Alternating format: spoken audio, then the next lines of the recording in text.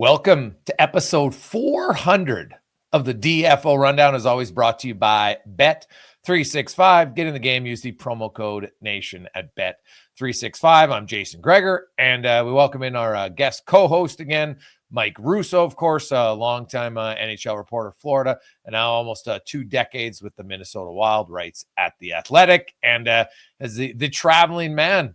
Mikey, how was the trip? It was awesome. Went to Hawaii for a couple of weeks, about 10 or 11 days. We were actually in Maui during one of the fires there, which is why we didn't do last week's episode. It was actually scary. I mean, coincidentally, 2 years ago, I was in the Big Island when the fires were going on in Maui, and Lahaina just literally gone off the map. It's the only thing that exists essentially is the tourist zone of nice hotels there, but you drive just a couple miles away and the city is just gone. It's tragic. And so all of a sudden the power goes out of our hotel and we go up to the roof, and just 2 miles ahead of us is a forest fire. And just that week they got themselves another helicopter, and the firefighters did an amazing job getting out this fire, and we were all safe. But it just shows you, I mean, you are dust in the wind out in the middle of the Pacific on these little islands. So went to Maui for 5 days, went to the Big Island for the other 5, and I love that part of Hawaii. There's so much to do in the actual island of Hawaii, and had a blast there. So now I'm back, and I head to Italy on next Tuesday for the NHL Car Wash, the European version. It's in Milan this year, which is obviously where the Olympics are going to be. And that's a real fun time because I'm basically the only North American writer that goes. So I get exclusive access with about 32 European players. And then I'll be again at the one in Vegas in early, it's about around September 8th to 11th. And that's the one that almost every single year we see both McDavid and Draisaitl at. And you get them in that setting, that sit down, and they're just so relaxed and cool to talk to. So looking forward to both of those. Yeah, no, that's good. And hey, man, I've been to many of the different islands in Hawaii. I actually went to the Big Island this past February for the first time, and I couldn't recommend it more to anybody. Yeah. I absolutely loved the Big Island, and there's so many different temperature and climate changes just on the island alone. From, it feels like you're on the moon when you're in Kona, and then you go around and it's like arid desert, and then suddenly you're in the rainforest, and it's a phenomenal place. So anybody who's never been, I would highly recommend. I like them all, but I think the Big Island might be my favorite now, just with so many different activities and different things to do. Yeah, and the volcano was erupting while we were there, which was neat to see. Neat to see. I've been there before, where you obviously see the steam vents and things like that, but to actually see the volcanic ashes coming up and the molten lava is pretty fascinating to watch. It erupted last December, Kilauea, and it's had 30 episodes since. So we talked a lot of time about the Central. Today we're going to focus a little bit on the Atlantic Division. And we are going to talk about something else that kind of popped up this summer from the officiating standpoint that I want to get to a little bit later on in the show. So that'll be our final segment. We'll talk about some of the officiating, because I got some feedback from some refs who are in the league, and some who are coming up about the league, and some aren't overly happy. And the fact that, the NHL had 1,000 fewer power plays called this year than 2 years ago. Like that's a significant decrease. It's the fewest power plays we've seen in NHL history since they tracked them in the late 70s. So we'll get to that a little bit later on, but I want to start with the Atlantic, and the offseason.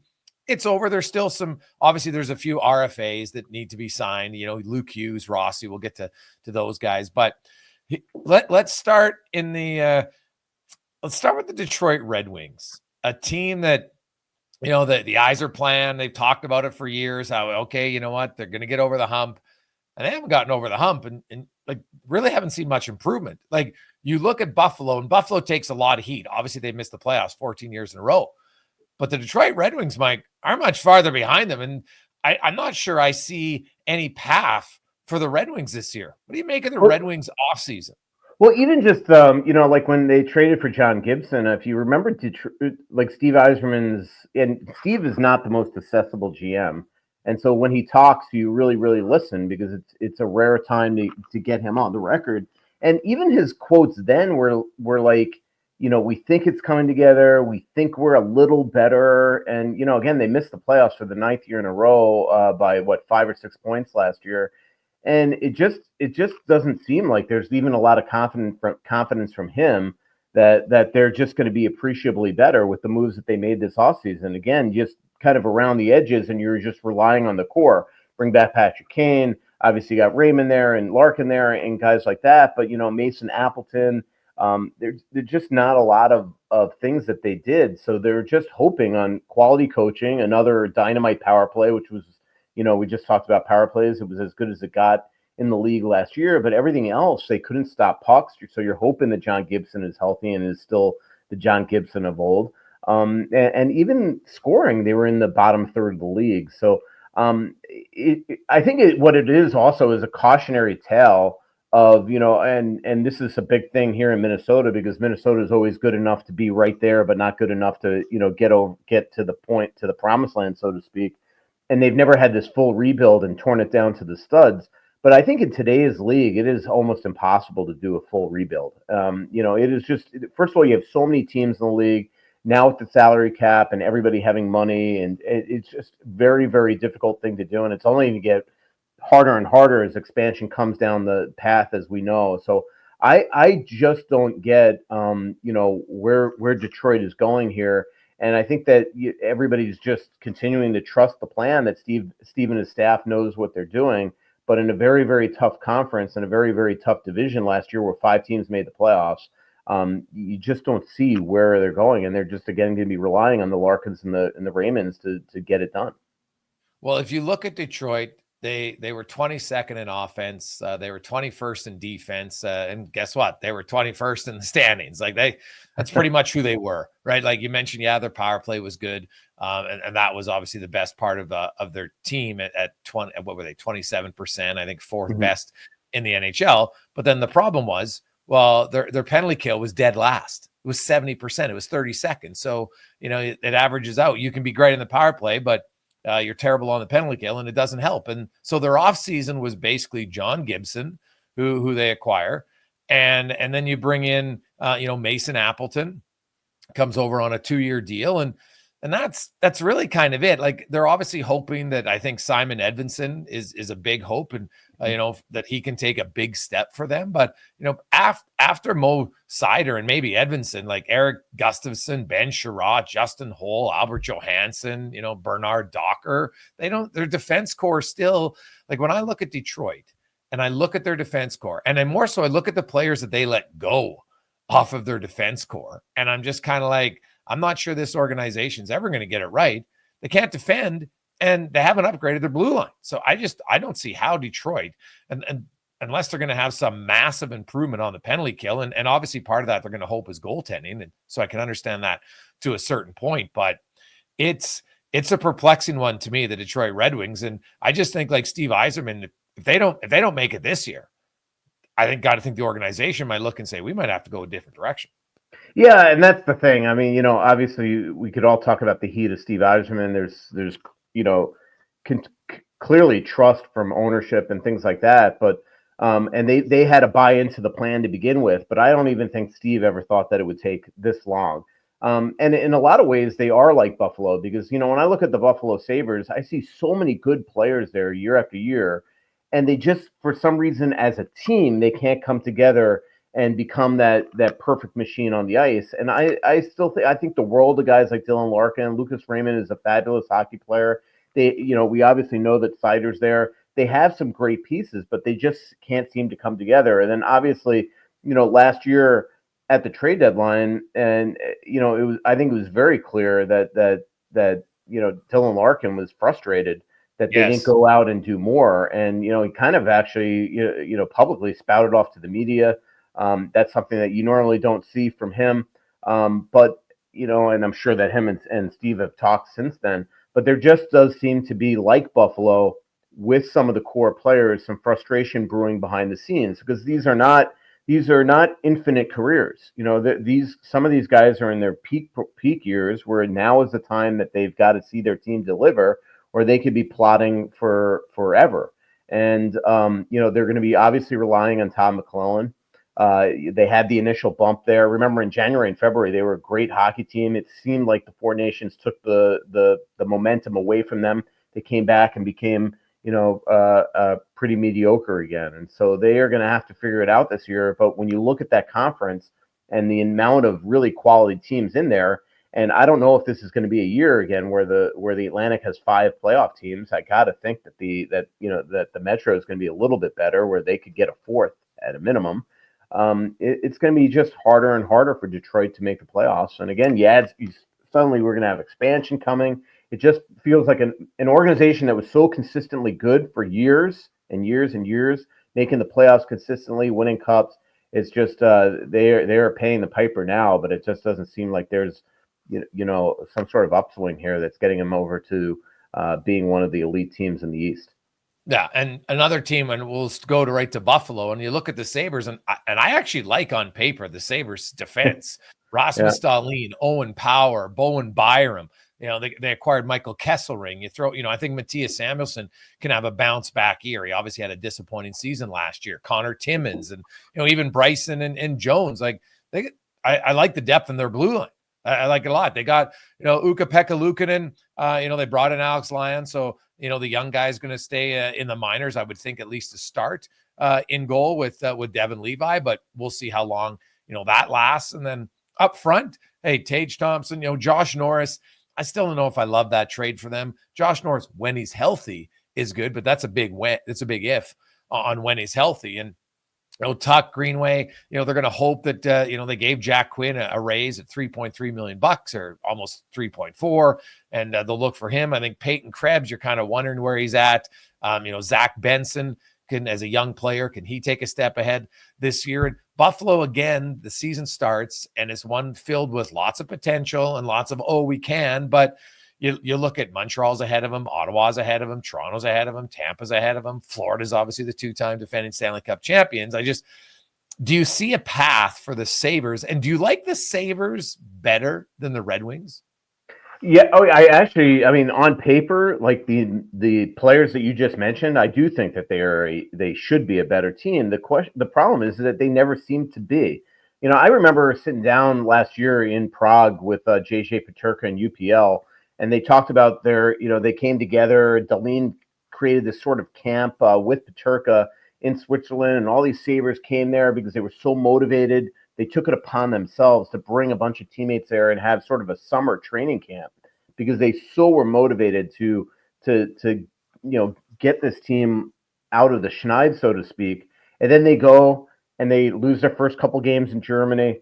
And it just felt, Peterka gets concussed, I think, in the first game, and it just felt like they went downhill from there.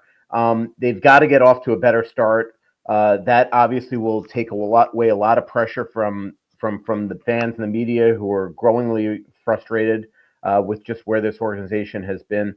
But I just, you just got to wonder what is going on there, that every year certain key players wanted out. I mean, Peterka made it extremely clear. We were hearing rumblings in January that he wanted to be gone, and that it was, and that behind the scenes it was being sort of worked out here that he was going to be gone. And obviously there was a bidding war for him, and he goes to Utah. I like Kesselring as a player. I don't know exactly what Doan is going to be. I certainly don't think he's going to be his dad. And so we'll see where it goes. But you just wonder if they have another poor year. Then do other guys start to be? It's my time to leave. Tage, Dahlin, these guys. Just like I said about Detroit and Larkin and Raymond, this can't go on forever. These guys' careers can't be just in the mud down there, over there in Buffalo. And so we'll see where it goes. But I definitely think, again, on paper, they look like a really quality team. They just never could become a quality team. Yeah, well, like you look at Buffalo, and I agree with you on paper, but to me, losing becomes a habit, as does winning. Yeah. Like winning teams know how to lose, and I find that losing teams find ways to lose, and that's kind of what Buffalo's done. And so they're gonna, a few years ago it looked like they were trending up, but if you look at Kevin Adams, where they were when he started and where they are now last year, they basically had a little bit of a peak. And now they're right back to the team that they were when he took over. And there really hasn't been any gains in 5 years under him. And I know it's 14 years. he has nothing to do with the previous 9, and a lot of these players don't have anything to do with that. But, Rasmus Dahlin's 8 years in, and obviously hasn't tasted the playoffs. Tage Thompson hasn't tasted the playoffs. They got a lot of guys who haven't tasted it. So, I think they could push Montreal. I do believe that. It wasn't like they're that far off. I think that's maybe the team to potentially catch in that division.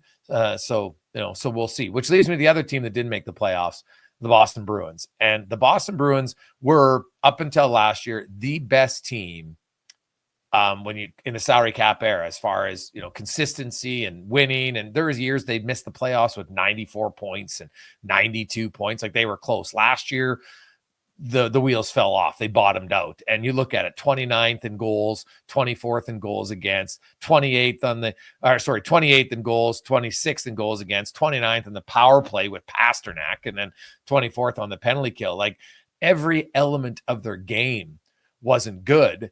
And I know they feel, part of that, Jeremy Swayman, he's not the first guy who you have a little bit of a holdout and you just never get your footing all year. So I have to think it's going to be better to start the season, but they haven't made a lot of changes. Like, okay, they bring in Victor Arvidsson and Casey Middlestad, but Tanner Jeannot, but I don't know. Like, what do you make of the Bruins? Or are they in the murky middle right now, Mike? Like, you've got one superstar in David Pasternak, and I like McAvoy, and I even think Swayman's good, but I just don't really like their team. Yeah, I mean, obviously they also started to tear it apart last year, and we're going to see how long it takes Sweeney and his gang to get them up. I mean, clearly they've got to improve up the middle. They brought in Lindholm, but a couple of years ago, but it just hasn't seemed to work out. We'll see what Middlestat does there. They're going to be harder on the ice when you add guys like Jeannot and Esamont and people like that. They're not going to be fun to play with. I like them bringing Corrali back, but it's going to take a while for them to build it up and get some of their young kids in there and get some players in there. We'll see if Morgan Geekie could play well. We'll see if McAvoy, with the horrible injury that he sustained there in the Four Nations, if he's going to be completely recovered from that. But Pasta sure seems like he is alone on an island right now. And he is such a good dude. Like I don't think he's going to be creating issues behind the scenes, but it's got to be frustrating for him when all of a sudden you're looking around this league and you see Marchand go to Florida and win a cup, and again, a lot of his buddies gone and obviously retired from your cup from years ago. So it's going to take a while. I mean, they are not a playoff team. They've always, even the last couple of years when they were really good, remember, all of us thought they were on the downswing, and they just surprised all of us. And especially the year that they had the most points in the league in years.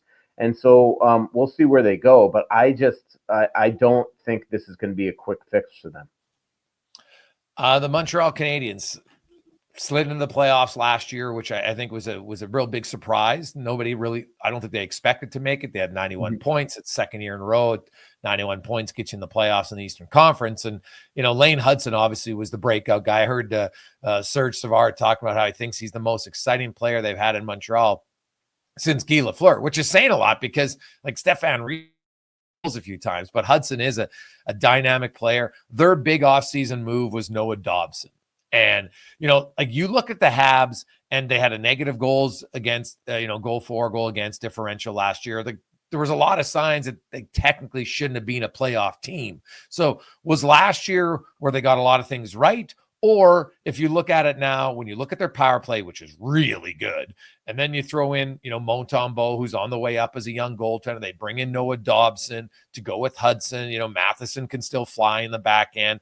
I still think they probably need a little bit more size on that team. But is Montreal now a team that you think is legit playoff contender? Or are you concerned that last year they won despite some negative, overall stat lines for their team when it came to shots for, shots against, goals for, goals against? No, I think they're on the rise. I love the job that Ken Hughes and his whole crew there, Gorton, everybody's doing. I just think that they are systematically tried to really address little moves.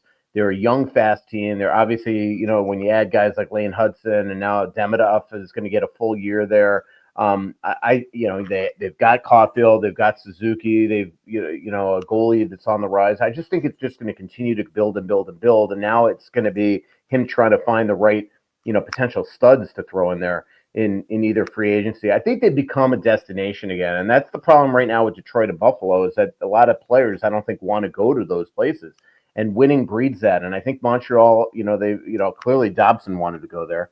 And so I do think that with Marty St. Louis running the ship there, that they are just going to continue to get better and better.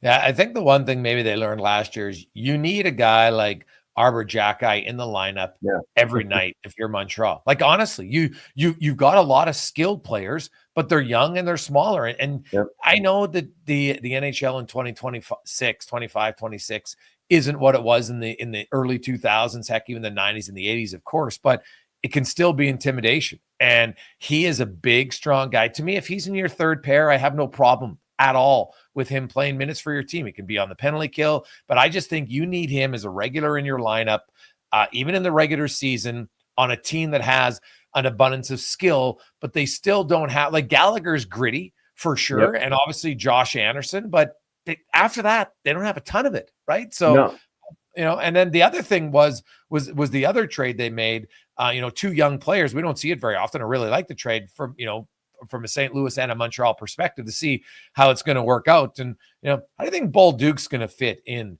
Montreal?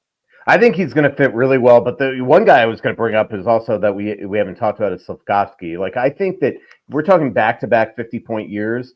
I think now is the time that we're going to see him really ascend. And I think he is a tremendous hockey player. And now if he's got the support system around him, I think that's going to be really good. But I think Bolduc is going to be a player that's going to fit in pretty well there. I just like where they're going in that division right now. And I think the world of Ken Hughes. I know him a little better than a lot just because of dealing with him for years as an agent. And I just think that he's showing that if you go in there with different ideas, that you can make really outside the box moves. And I think that's going to continue. Well, what's interesting is if you look at how quickly they've turned it around. So Caulfield, Suzuki, and Slafkovsky likely will be a line, right? Kirby Dach, if he's healthy, him, Demidov, and maybe Zach Bolduc are your second line. Then you got Jake Evans, Gallagher, and Josh Anderson. And that leaves Alex Newhook, Kapanen, and Patrick Laine on your fourth line, making $8.7 million, right? Like, he'll obviously be on your power play, but it's, I'm sure that's something that, they'll maybe try to rectify. It is his final year of his deal. And, you're not going to pay a guy 8.7 to be on your fourth line. But when you look at the makeup of that team, I think it's very plausible that that's where he could be playing 5-on-5. Yeah, you're absolutely right. And maybe that's the smartest move, is to sort of hide them at 5-on-5 and then hope those referees that we were talking about call a little more power plays. They were great on the power play last year. He obviously is automatic from that right circle. That always will be the interesting thing, is where does Laine fit in? It was really neat to just, pay attention to social media this offseason and see how he is assimilating with the group, it seems like out with guys like, Suzuki all the time and people like that. It seems like he's fit in pretty well there. But you're right. It doesn't exactly fit, but if, you have a top three lines that are churning, I don't know if you have to really worry about him at 5-on-5. And eventually, there's going to be injuries. He's going to move up in the lineup. But I totally agree with you. Like, when you look at the line charts right now, where he fits is really fascinating. I'm going to say this about the Montreal Canadiens. I think they're going to be one of the top 5 most entertaining teams to watch at both ends. They're going to have a lot of goals. They're going to score a lot of goals, and their power play is going to be great. I think they're still going to give up a fair amount of goals, and it's going to be entertaining hockey. And I'm okay with that. I have no problem as a team's working its way up. Some days they're going to be able to outscore their problems. I'll take that. I don't think you really win if you try to, just shut down all your problems. Most of the good teams hey, we know how to score, then we'll figure out how to play defense as you go and the players mature. They all buy into it. That's the story of oldest time in the NHL. How many offensive guys, you're like, I don't want to stifle them offensively, and they'll figure it out how to be better defensively. And not that, Nick Suzuki is a detriment defensively at all, or even Slafkovsky, but they're just young guys and they take a little extra risks. And I'm going to say, I think Montreal is going to be top 5 in total goals in their games. And I would be taking the over in a lot of Montreal games this season. Now we move to the Ottawa Senators. Brady Tkachuk just had an interview here I read last week, and he talked about just the importance it was for him and that group to get to the playoffs. He had 97 points, they had some injuries in Allmark. They overcame some stuff. It was massive for that team to finally get into the playoffs. Now, they didn't win a series, but they didn't get blown out. They were close in their series. Toronto was the better team at the end of it. But I look at Ottawa. I really like the deal they made at the end of last year, the Josh Norris trade, simply because I like the health factor more. Yeah. I also think that it brings, a different type of a little bit more grit, from Dylan Cousins. They've got skill in Stützle, and, Brady Tkachuk's obviously a physical skill guy. Batherson, Cousins, Shane Pinto, Claude Giroux. They got a lot of skill in Ottawa. And I think the Senators are going to push to be close to a 100-point team, if not a 100-point team this year. Well, I agree, and I think that Stamkos sees it because externally he didn't do a ton this summer. I think they brought in Lars Eller, and that's roughly about it, right? I mean, Jordan Spence quietly, right. Good point. I mean, but they obviously re-signed Giroux. They're really relying on their core. They made the big trade with Dylan Cousins. I completely agree with you on Josh Norris. I love him as a player, but he just cannot seem to stay healthy, and so. Right now, they've built a really quality core there. And just like, all these other teams that we've talked about, coincidentally, in the Atlantic, it just feels like, Buffalo, they have all this really quality players on the ice. Same thing with Detroit. Ottawa seems to be this group that has, really good pieces everywhere. And now it's just a matter of putting it together. They started to last year, made the playoffs. That was a huge first step. And now can they continue to build on that? I've covered a team here in Minnesota that makes the playoffs pretty much every single year, and they just can't get over that hump. So can Ottawa become that team? But I love the moves that he's made. I think Yzerplan a couple years ago was a really good pickup if they could find him in the proper fit there. Their blue line is to me really quality as well. Now it's a matter is Allmark going to be able to shut the door there? But I think they're a really good team. Pinto is to me a solid player. So I really do like them in the East, and I think they're going to be in the playoffs again.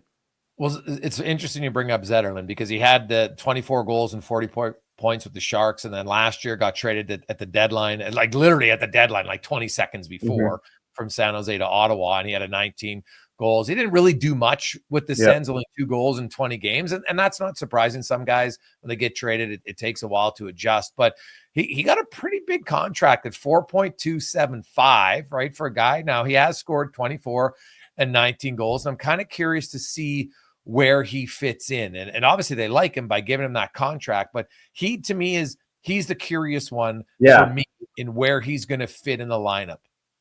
I agree with you, and to your point, on getting traded, I sat down with him in Prague last year, him and Eklund together, and the way they riffed off each other and the way they talked about just how this building core in San Jose and Yzerplan loving it there. I bet you it just was an absolute shock to him to get traded, and not only that, you're traded to you're this kid from Europe, you're traded across the world essentially to Ottawa. And I just think it takes such time to just get comfortable in your own skin. I think, all of us that just think that it's just like a computer and you're going to be able to magically make everything fit.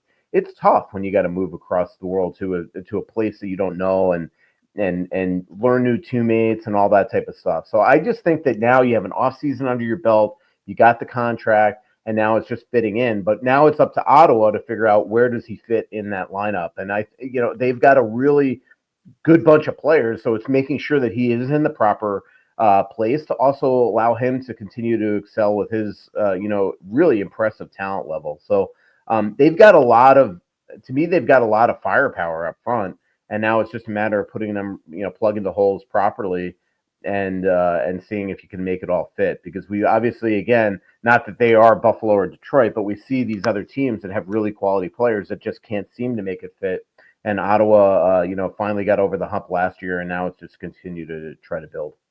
And I think that's a big thing for them, just that mental hurdle. They were close. They finally got in. They basically beat Detroit and Ottawa. They were all rushing to get there. And, Montreal came out of nowhere and kind of passed both Buffalo and Detroit as well. But, I'd feel more comfortable if you had to ask me to put some shekels down on Ottawa over Montreal at this point. I like both teams, but I like Ottawa just a little bit better, which leaves us 3 teams that were the top 3 in the standings last year. The Tampa Bay Lightning, not a real busy offseason by the Lightning. They didn't really do anything for that team. If you look at the players coming in or out, there's not a lot. What do you now? Obviously, they still got great players. Nikita Kucherov, who might be one of the more underappreciated players in the league. I know he's great.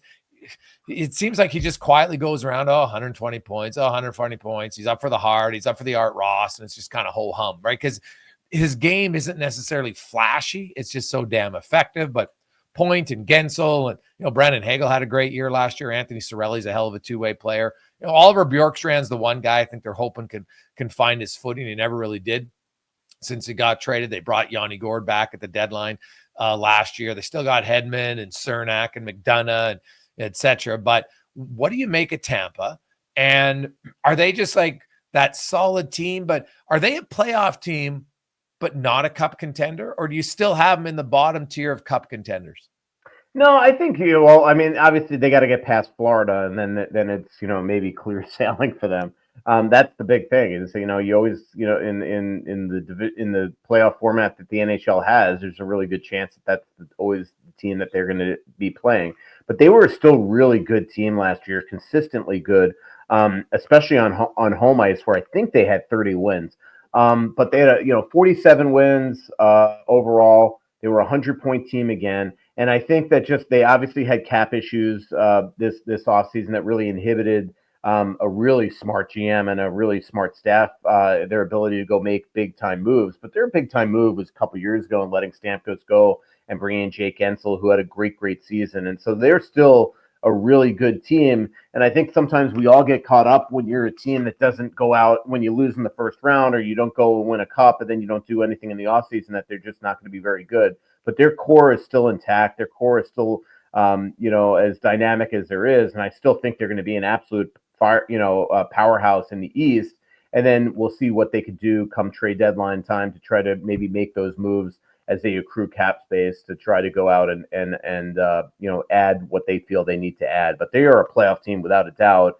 And that's the other thing is that, I think I'm guilty of this too, because, here in Minnesota, you expect more in the offseason and you forget the cap space is still a weapon. And if you can accrue during the season, you can make moves at any time. And so, Julian, just because he didn't make the huge moves in the offseason doesn't mean that at some point he's not going to pounce for something that he feels is needed. But I still think the Lightning are a really good team. I think the Lightning are that quiet team that maybe gets overlooked a bit. They led the NHL in goals last year. They were fourth best in goals against. Their power play was fifth. Their penalty kill was sixth. 5-on-5 scoring, they were third. Yeah. You look at every area of their game, and it's solid. So, the only thing aging out, a bit of a concern amongst their core, maybe slightly. I don't think any of them are that old yet to be a big concern. Maybe Ryan McDonough, but I think Tampa Bay probably, because of Florida, maybe gets overlooked of how competitive they are. Obviously, Toronto was in that division, and we'll get to them in a second. But I still look at Tampa Bay. Obviously, they got one of the best coaches, if not the best coach in the National Hockey League, and John Cooper. And I'm just going to say, because I still see it, people like, oh, Tampa Bay's coming down. No, I think anybody who sleeps on Tampa Bay or thinks they're counting them out, it's foolish. They could easily win that division. It wouldn't shock me. And I feel, redundant for saying it again, but sleep on Julien Brisebois. He is such a good GM. And, it just shows you how handcuffed he was this offseason. But, if he identifies an issue this season, he'll figure out a way to address it. But I think right now he's really comfortable with this team. Obviously, they wanted to get Isaac Howard signed. He didn't want to sign, and that's to the benefit of the Oilers. So I just think that it's just going to continue to be a team that just is right there in the East, creates major headaches for other teams in the regular season. And then, if they could figure out a way to get past Florida or that's probably who they're going to wind up playing again. We'll see if they can get it done. And the Toronto Maple Leafs, they lost a 100-point player. Now, the Toronto Maple Leafs, they did have more playoff success this year, but ultimately couldn't get by Florida. A very close series, took them to 7 games. But they lost Mitch Marner, who's a 100-point guy in the regular season, and they've basically replaced him. You got Matias Michelli, you bring in Dakota Joshua, Nicholas Roy from that for him. And and really kind of that's it. They obviously still have Matthews, and they got Tavares, and you got Nylander, and Morgan Riley and Jake McCabe and everything. Like Brandon Carlo's there now on a full year. What do you make of the Leafs, and how big of a drop are we going to see from them without Mitch Marner? Yeah, I mean, that is the $1 million question. A lot of it might be up to Matthew Knies, right? I mean, he is on the rise. They gave him the new 6-year deal this offseason at I thought a really quality price. And to get him at 6 years at less than 8 when he has real true superstar potential, I think that was a huge signing for them. But there's a lot of pressure on Brad Treliving. They came very close last year. Obviously the way that they played Florida in the playoffs is concerning, to have such, unbelievable blowout losses. When you really had this incredible opportunity to have a chance to end that cup drought and give us all what we wanted, a Toronto Edmonton final eventually. That would have been something. That would have been awesome. So we'll see where it goes. But losing Marner is huge. I think that we all just take for granted, because of his playoff lack of success and production in the playoffs, that he's just not a good player. But you also need those 100 points to get into the playoffs. Yeah. And we talked about Vegas, a couple weeks ago, I believe, and what we think Marner's going to do for a team that doesn't score overly easily at times. And now we'll see if this really affects Toronto. So I think that they obviously get Tavares done. They still got Nylander. They still got a lot of obviously huge superstars there with Austin.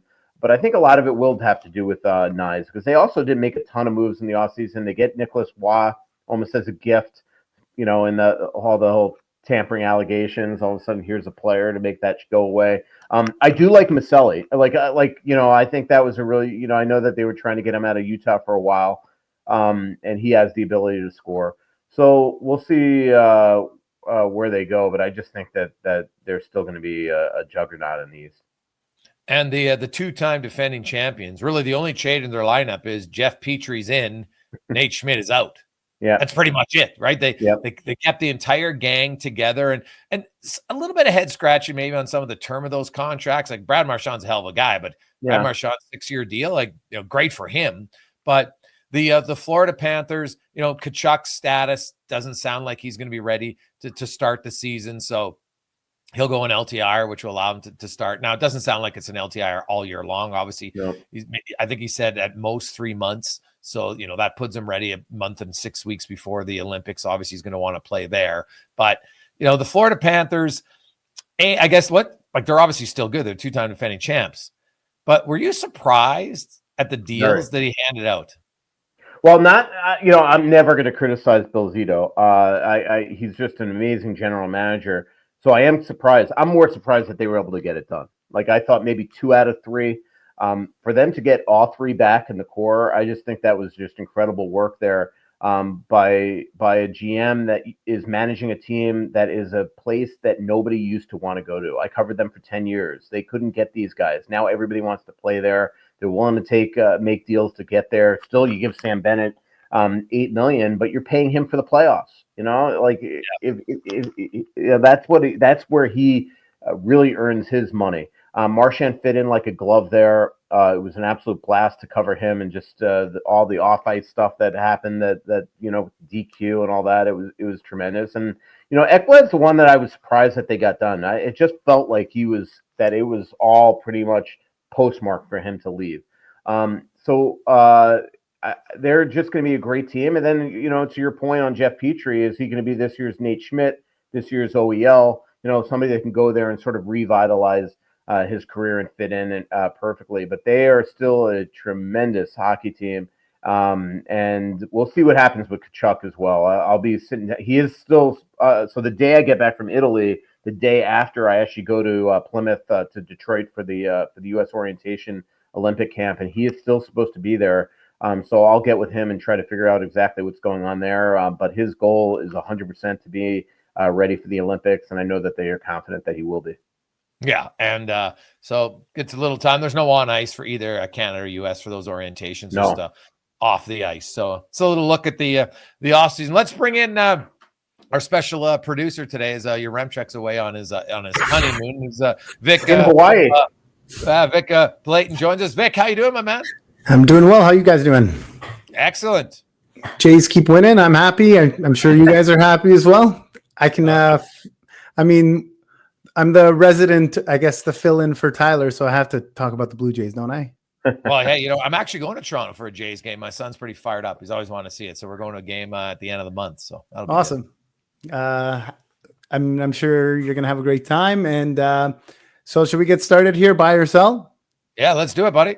All right, buy or sell. Brought to you by Bet365. Whatever your bet is, it's never ordinary at Bet365. Download the app and get in on the game. Use the code NATION, NATION. Must be 19 years of age or older.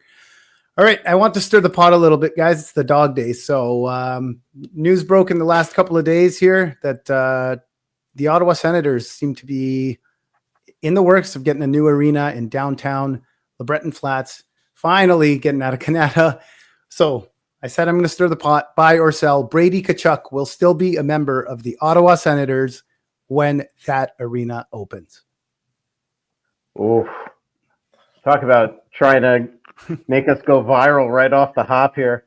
I'm gonna go buy. I know that everybody just thinks that he's going to wind up playing in whether it's St. Louis or United with Florida, or that here everybody in Minnesota is like praying that Bill Guerin and his relationship with Keith Tkachuk is going to figure out a way to get him here.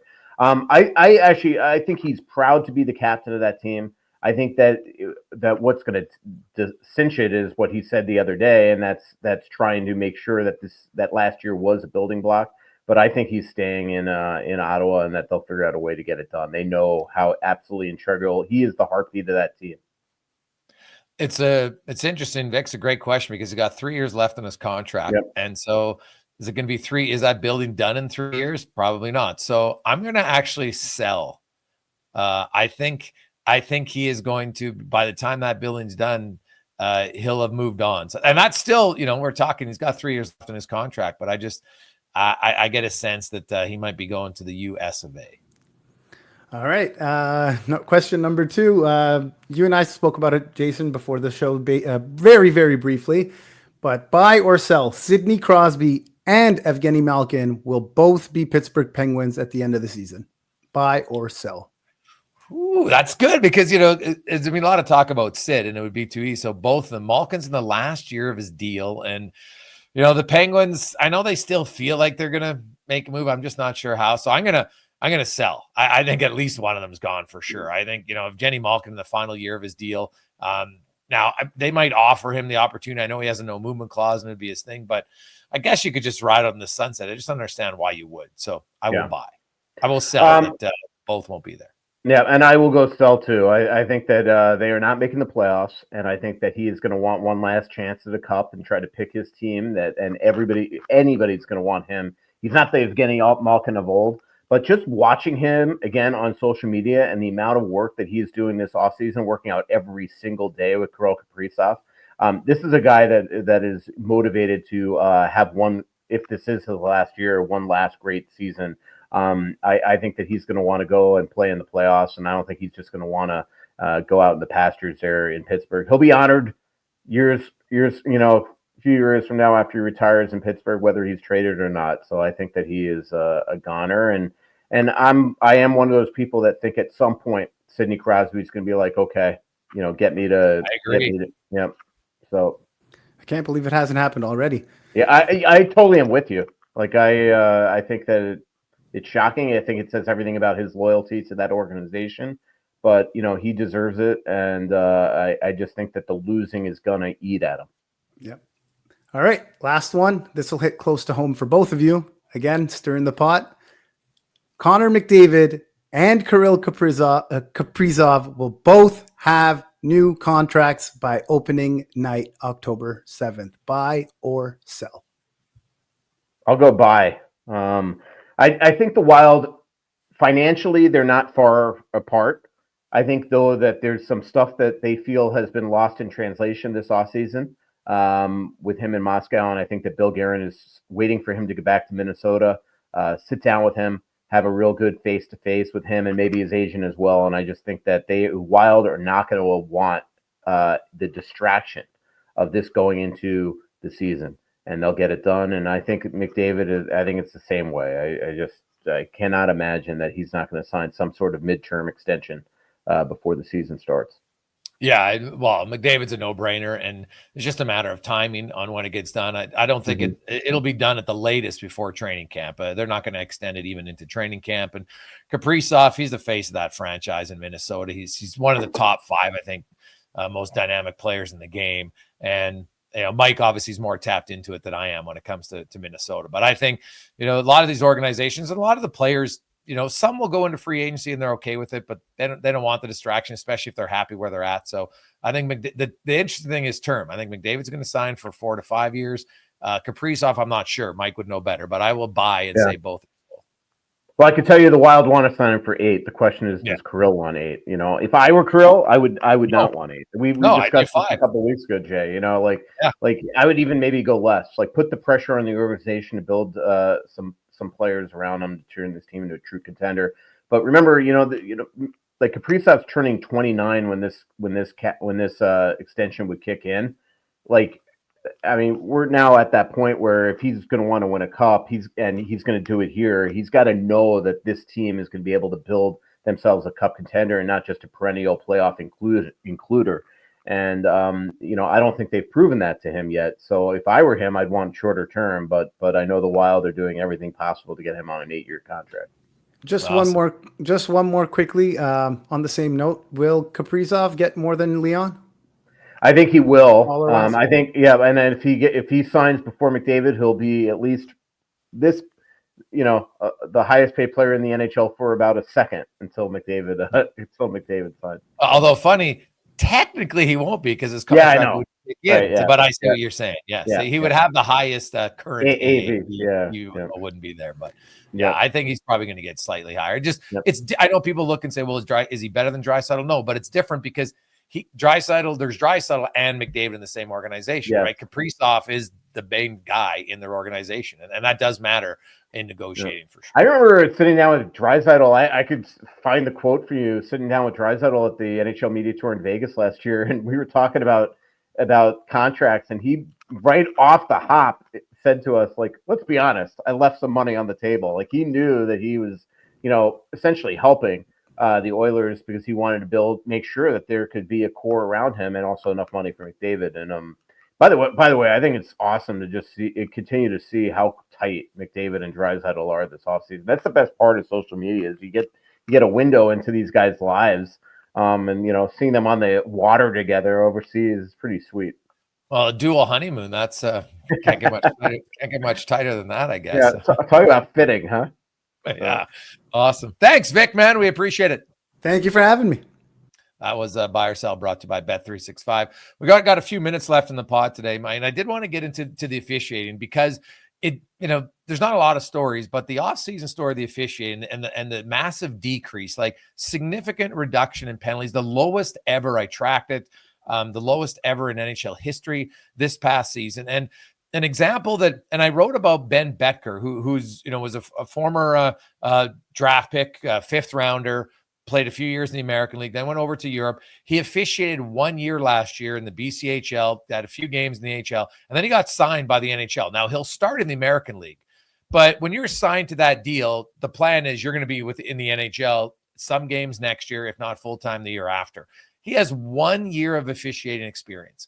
And having talked to so many, I used to do a segment with Kerry Fraser on my show, and he said the number one thing that leads to mistakes on missed calls is just improper positioning. And that's just like in the NHL, like you've got experience, and the NHL has they're fast tracking a lot of former players because they're like, well, players understand the game. I'm like, well, that's great that they understand the game, but they don't understand the positioning. And you've got lots of refs that are in major, junior, or USHL that have ref for quite a while, and they're getting overlooked. And I had a current NHL ref and others reach out to me and say, man, you're bang on your point. And that right now the NHL has this so focused on former players, that they're not necessarily getting the best officials. And I think the lack of penalties illustrated to me. You cannot tell me that in 2 years, the NHL players are 1,000 1,000 fewer infractions, more disciplined. I don't buy it. The game's faster than ever. Yeah, I agree with you. And it's not even just the proper positioning, it's the feel of the game. I get that they've played the game, but it's officiating, there is a feel there, and you got to know when to make calls. My biggest problem with officiating, besides the lack of consistency that we've all griped with for at least 30 years that I've covered the league, is just the letting them play aspect, because letting them play also affects the everything. And yes. And there's so many times I just don't. The things that bother me is when I watch an official watch a battle and just stare at it and let it go, knowing that all these just infractions are being taken place and they're not calling anything. That's the type of stuff that bothers me. As far as the 1,000 power plays, I totally agree with you there. But I will say the one thing about NHL players is that they do quickly learn, and they learn what is called, what isn't called, and I do think they adjust. And this game right now, it is amazing the lack of when they pretty much got rid of clutch and grabbing. It was amazing to me how quickly players learned that they had to keep their sticks out of the hands and things like that. They still allow the cross-checking in front of the net that they were supposed to harp on still goes on all the time, and they just let it go. But it just does feel that NHL players have adjusted. I mean, how many times do you see a player skating through with their head down in the neutral zone and some oncoming checker just absolutely peel off? Just like doesn't even make contact. That's the type of stuff that would never happen in yesteryear, and that would lead to penalties. And so it's just a different game than years ago. It's a much faster game where I think these guys play the game much, much cleaner. There have been a lot of games this year where there were 1 or 2 power plays, no power plays, where I remember thinking after the game, you know what, I don't remember a lot of stuff that was let go, a lot of stuff missed by officials. So I think it's a little bit of both. I think that the players have adjusted, but to have 1,000 less power plays, it's shocking. And I agree with you. I mean, they've put to pasture a lot of really quality refs the last couple of years. And it's not just that they want younger players. It's reffing these games. It's about the skating as well. And I think they just feel there's a certain age that maybe referees can't keep up. But all of a sudden, you take out these veteran referees and you add in these young guys, and you get a lot of inconsistencies, a lot of lack of feel for the game. There were so many, especially earlier last year, where some of the young refs, I'm just like, what are you, looking at? Is just. I remember there was one game, Seattle, Minnesota, where in a row, Adam Larson breaks the nose of Joel Eriksson-Ek, and then in the corner, by the bench, Jonas Brodin's called for a holding penalty that was absolutely one of the worst calls I've ever seen, and it just turned the entire game around. And so that's where I just think the lack of feel by some of these young refs is where the problem lies. Yeah, and I think it's something that has to be talked about and looked at, because if they're going to continue down this path, like when I hear, they're former players, they know the game, but I hear so many players tell me, yeah, I played the game, but I didn't really understand what coaching was till I got into it. So don't just because you played the game, you're going to tell me you understand what reffing is. All they understood was what wasn't a call. I was never guilty. So I think it's a trend that needs to be discussed. And I just hope that behind the scenes, Jason, that they really are looking at this. I think sometimes at least to us, they're just like, we have the best officials in the league. It's like they just take it for granted, like nothing's wrong. And I know that these guys are evaluated. I've sat in the Department of Player Safety at least a half a dozen times. I watched the fact that just so everybody understands too. So in the Department of Player Safety, it's not just that they're looking for dirty hits and documenting every single hit. They are judging the referees. They have a color-coded sheet at the end of the night that in their eyes are missed calls, non-calls, correct calls, all this stuff. And at the end of the night, this entire color-coded form essentially gets shipped to Stephen Walcom, and he gets to go through it. And I know that these guys get coached weekly and get video and things like that. But where it goes from there, from the evaluation standpoint, is not really spelled out from us, other than they might not get playoff games, but there's got to be other forms of accountability that at least hopefully is happening behind the scenes that maybe we just don't know. But they never really spell that out for us. They just continue to tell us that the officiating is great. Yeah, so it's something to watch for and see, because I'm sorry, I don't buy that the league has gotten that much more disciplined, the most disciplined in the history of the NHL. I don't buy that much of a drop in a short window. And I'll just leave it with this: McDavid and McKinnon, most would agree, the two fastest, most explosive players in the game. Penalties drawn by them, McKinnon was in half from his penalties per 60 from 2 years ago, last year until this year, and McDavid dropped from 1.7 to 0.9. So it's the two most dynamic players in the game. I don't think they've slowed down, but suddenly they're not getting calls. That's an interesting, to me, that's the most simplistic way to look at it. Is your two most dangerous players, in McKinnon's case, cut in half. I don't buy it. One thing I just want to say that you just brought up in my head is that this is the one league where it just doesn't seem like stars are protected. It's not even just the hooking and holding of them. Like, the amount of times that I watch these guys take abuse, like these are the people that sell the league. Like, to me, they should get the benefit of the doubt. And I watch Kaprizov get abused on an every night basis, and a referee watching him. These are the guys that sell the game. These are the guys that you got to be healthy. And if they get a little bit extra benefit, that is actually good for the game because it's keeping them on the ice. 100% agree. Mikey, great stuff, buddy. Have a great trip to Italy. We'll talk to you again. Yep, absolutely. See you, Jay. There you go. That's another edition of the Rundown presented by Bet365. Have a good one.